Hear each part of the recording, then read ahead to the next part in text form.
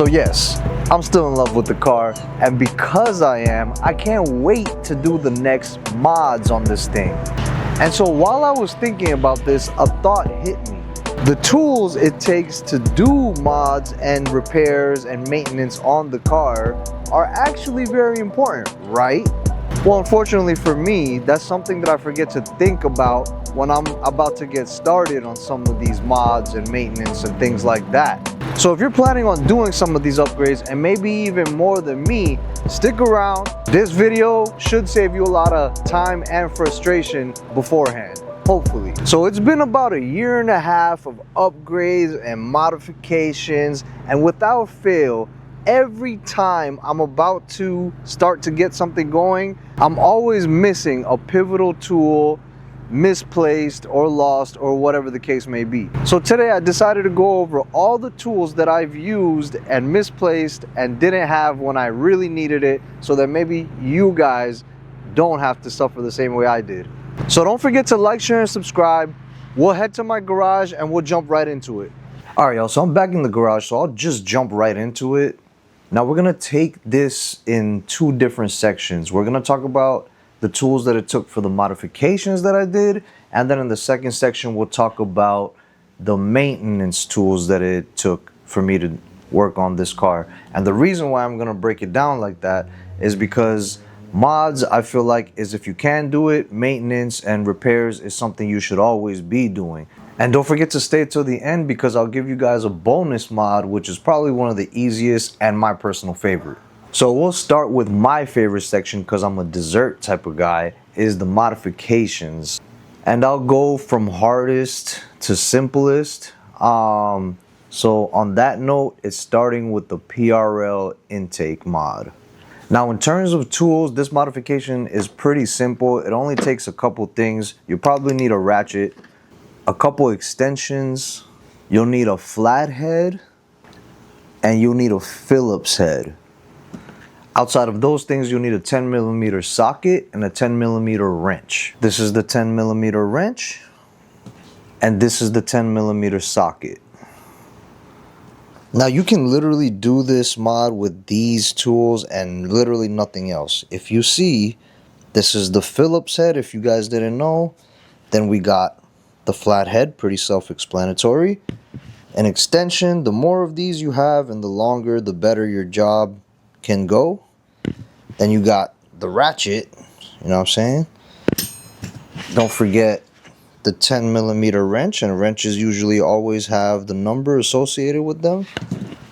Same thing goes for the 10mm socket. Now it's always a good idea to have variations of all these tools, meaning different sizes of extensions, different lengths of sockets, smaller and bigger ratchets, both 3/8 and 1/4, and you know, different size screwdrivers as well. This will just help you make your job easier. But essentially, for the PRL intake upgrade, all you need is 1, 2, 3, 4, 5, 6 tools. That's it. Now, the annoying part about the PRL upgrade, this is just my experience, is that it took me very, very long time to take off one bracket.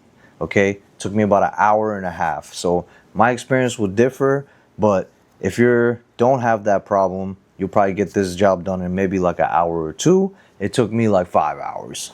Okay, so moving right along, the next mod we'll talk about is the lowering springs. Now, in terms of what it took to do this job, takes more tools, but it also takes more muscle, and it also takes a little bit of ingenuity to try to wiggle the struts out and do other little things. So that's just an asterisk besides this. But if you think you're up to game, the list of tools for this modification are as follows. So we're just gonna start again with the ratchet, because it's always a very important tool. In terms of sockets, you're gonna need 3. It's gonna be a 10, 12, and a 14. Another staple tool will be a Phillips head and a flathead, always in your toolkit. Now in terms of the socket sizes, you wanna also have that doubled up in wrenches as well, so I do recommend that, but it's not always required, but highly recommended. After that, the last tools that you would need is something that I actually don't have here. You see what I'm saying? What I said in the beginning of the video, something's always missing or I can't find it or whatever. But that'll be a pry bar, which I'll put the picture here. Don't forget the rubber mallet, which is here.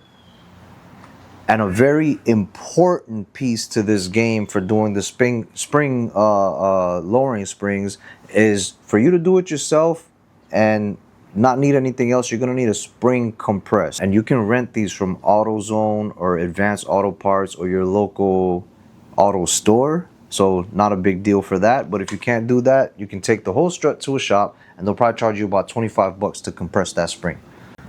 So minus the rubber mallet, the pry bar, and the spring compress, this is really all you need, right? Not too much.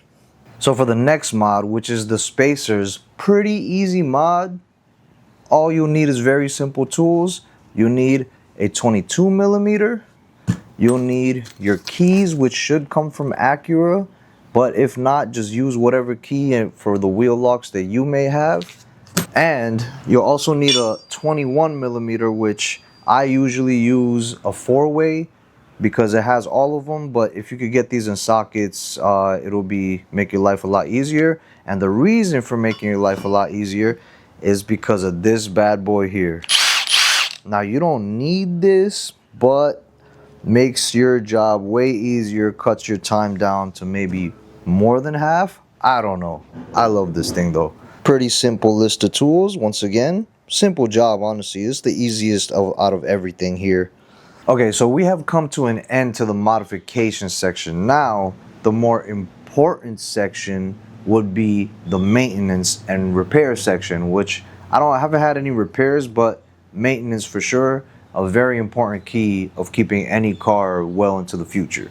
Okay, so kicking it right off with I'll say for this one, nothing is very hard, but the harder one for this was the brakes, which surprisingly easy on this car, by the way. Super simple list of tools on this one. We're gonna go again with the flathead, and you can actually take off the front brakes with just a push pin tool. So like, that's what I call a push pin tool. You just something to poke into a hole and push out the pin with a hammer, right? And since saying hammer, you're gonna also need a hammer. Now the most important tool in doing these brakes, and it's really for the rear brakes that you need to unscrew something, that would be the T45. It's kind of like a hex star set, but a lot of Allen keys fit the T45. So I had to actually use the Allen key for it, but they also come in sockets if you need. Now there is an asterisk to the brake job. You do need to release the rear brake, the electronic brake on the brake pads in the rear. That makes this job a little bit out of reach for some people. Now I did research some tools that maybe you can buy if you wanted to do this, which I'll probably link in the description. But how I got it done is that my boy TJ helped me out with the job, so it just made it a lot easier on me. I didn't have to worry about that. And besides the computer to release the brakes, this is the only tools you need to do the brake job. Isn't that amazing? And of course, the last and the easiest thing about maintenance wise on this car is the oil change. Very simple tools here. Ratchet. And then after that, all you really need is a 17 millimeter socket. And with those two tools, you're pretty much done with the oil change. Now the bonus I'm gonna give you guys is my favorite modification that I've done on the Type S. And it's a very simple modification. Some of you guys might fault me for even putting it on the list, but I love it and I just wanted to shout it out. And it does require some tools, which I'll show you now. That's the Honda Flash Pro. Now, an asterisk to this. You are gonna have to get your computer unlocked by either sending it out to Honda, or you can show up at one of these Honda events where they unlock your computer. Great event. I love the guys at Honda. They really hook it up and they're really knowledgeable, so I highly recommend going to one of those events.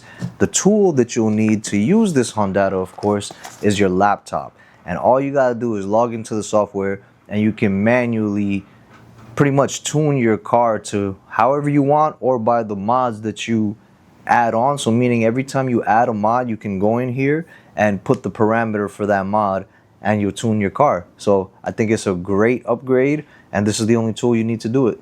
All right, y'all, so let me also mention that every single tool that I've shown you guys here, I'll try to link in the description for your convenience, but I just want to highlight this toolbox here. I'm not sponsored by them or anything, but I bought this toolbox specifically just as a carry kit for the car because it has everything that I need. So check out my Amazon affiliate link in the description if you want to support the channel and you need a toolkit. I recommend this one. I highly recommend this toolkit. But it's like 60 bucks and it's same day delivery, which is another reason why I bought it. It's cheap, it's convenient, it'll be there for you fast, and it has everything that you'll ever need to work on the car. All right, so I showed y'all a bunch of different things, a bunch of different tools to get your job done as quickly as you need it done. I do recommend all the power tools that I showed you guys. This is my preferred, by the way. It'll just help you do the job way more quickly, and it just feels good to have power tools, honestly. Well, y'all, thank you for staying this long if you did. Thank you to all my new subscribers. Thank you to all my old subscribers. I couldn't be here without you guys. Check out the links in the description below if you want to support the channel. Don't forget to like, share, and subscribe, and I'll catch you guys on the next one. Peace.